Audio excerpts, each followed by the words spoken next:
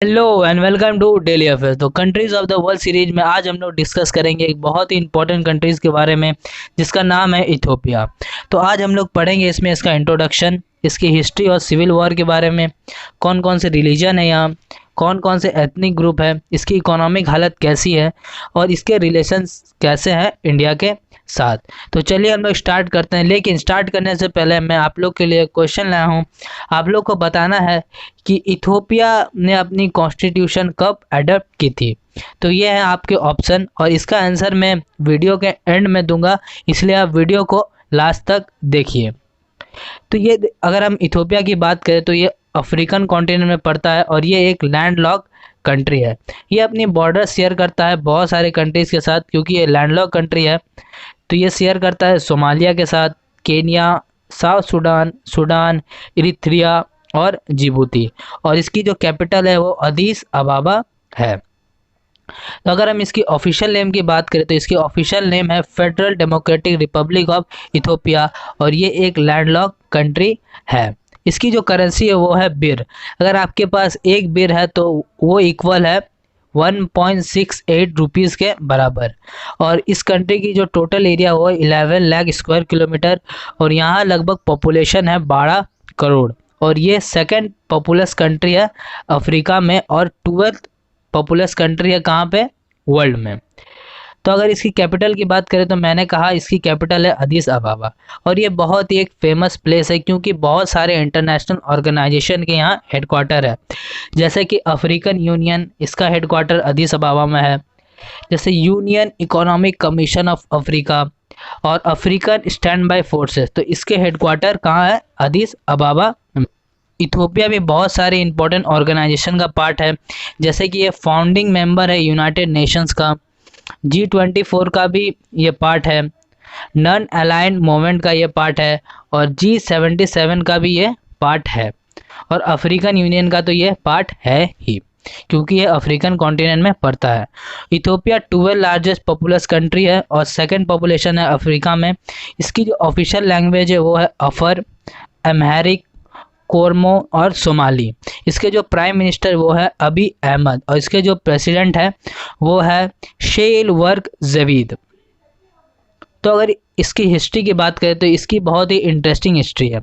1896 में इथोपिया ने हराया था इटली को, कौन से बैटल में, बैटल ऑफ इडवा। लेकिन इटली ने फिर से इसे इन्वेड कब किया था, 1936 में। लेकिन 1961 में इथोपिया और इरित्रिया ने मिल के इंडिपेंडेंस हासिल की थी, किससे, इटली से। और 1991 में इरित्रिया सेपरेट हो गया था इथोपिया से और इथोपिया एक इंडिपेंडेंट कंट्री बन गया था और इरित्रिया और इथोपिया दो एक सेपरेट नेशन बन गए थे। लेकिन इंडिपेंडेंस के बाद इस दोनों कंट्रीज़ में बहुत ही टेंशन बढ़ गई। रोज़ यहाँ पे बॉर्डर पे आर्मी के बीच में झड़प होती थी, रोज़ एक दूसरे के सोल्जर मारे जाते थे।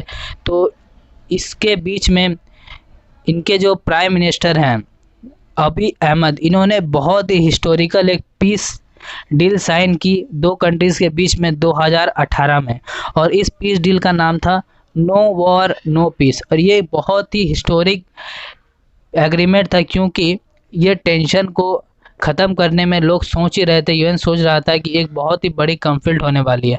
लेकिन जो इथोपियन प्राइम मिनिस्टर है इन्होंने बहुत ही अच्छी तरीके से इन्हें हैंडल किया, इसीलिए इन्होंने नोबल पीस प्राइज़ भी जीता था।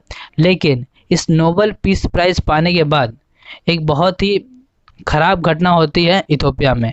यहाँ एक रीजन है जिसका नाम है तिर्गे रीजन। आप देखिए यहाँ मैप में देख पा रहे हैं, यह है तिर्गे रीजन। यहाँ पे क्या हुआ, यहाँ के जो प्राइम मिनिस्टर अबी अहमद वो चाहते थे कि यहाँ के जो एथनिक और रीजनल बेस्ड कॉन्स्टिट्यूएंट पार्टी है उन्हें वो एक साथ ले आए।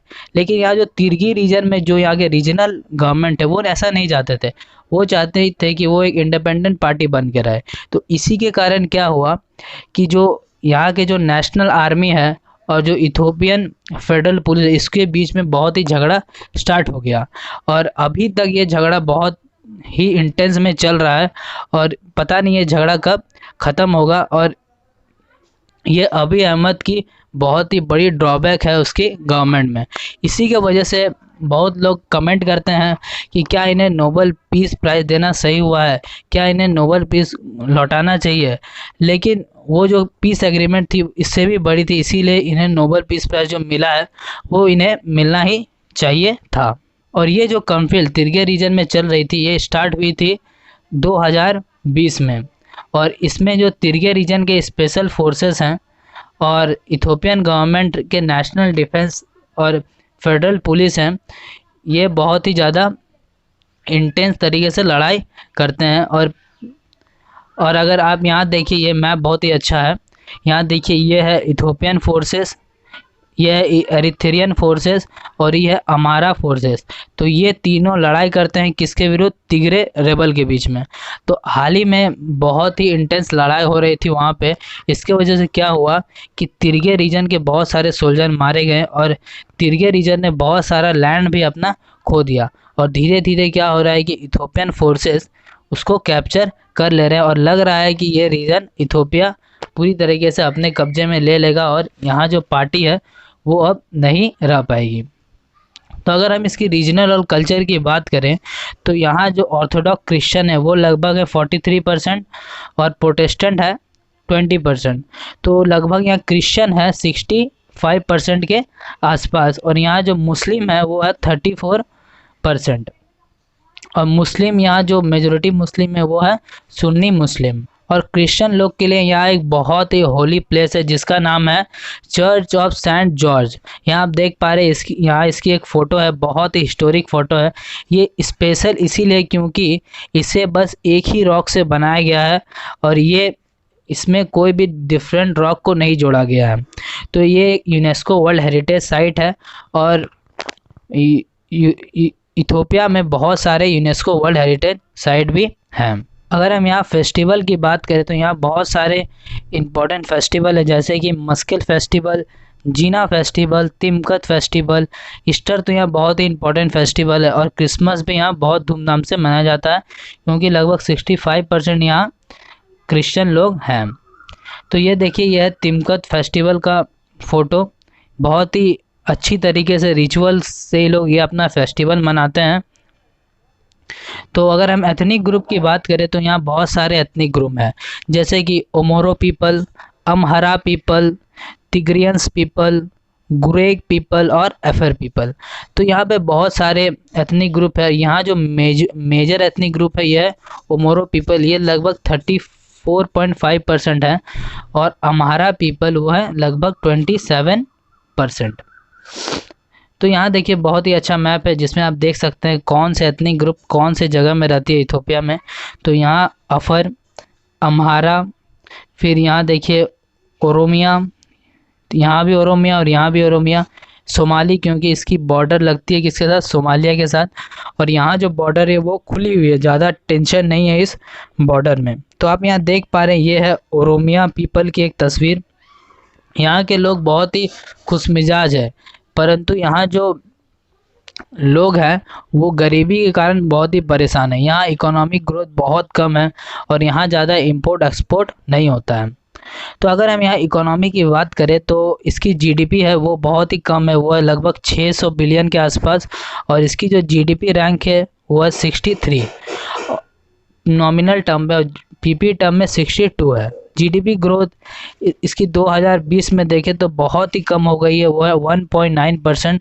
क्यों? काहे कि एक्सपोर्ट जो है वो बहुत ही कम हो गया था, जितना भी थोड़ा वो एक्सपोर्ट करते थे वो भी बंद हो गया था। इसी कारण इसकी जीडीपी बहुत ही ख़राब तरीके से हिट हुई थी।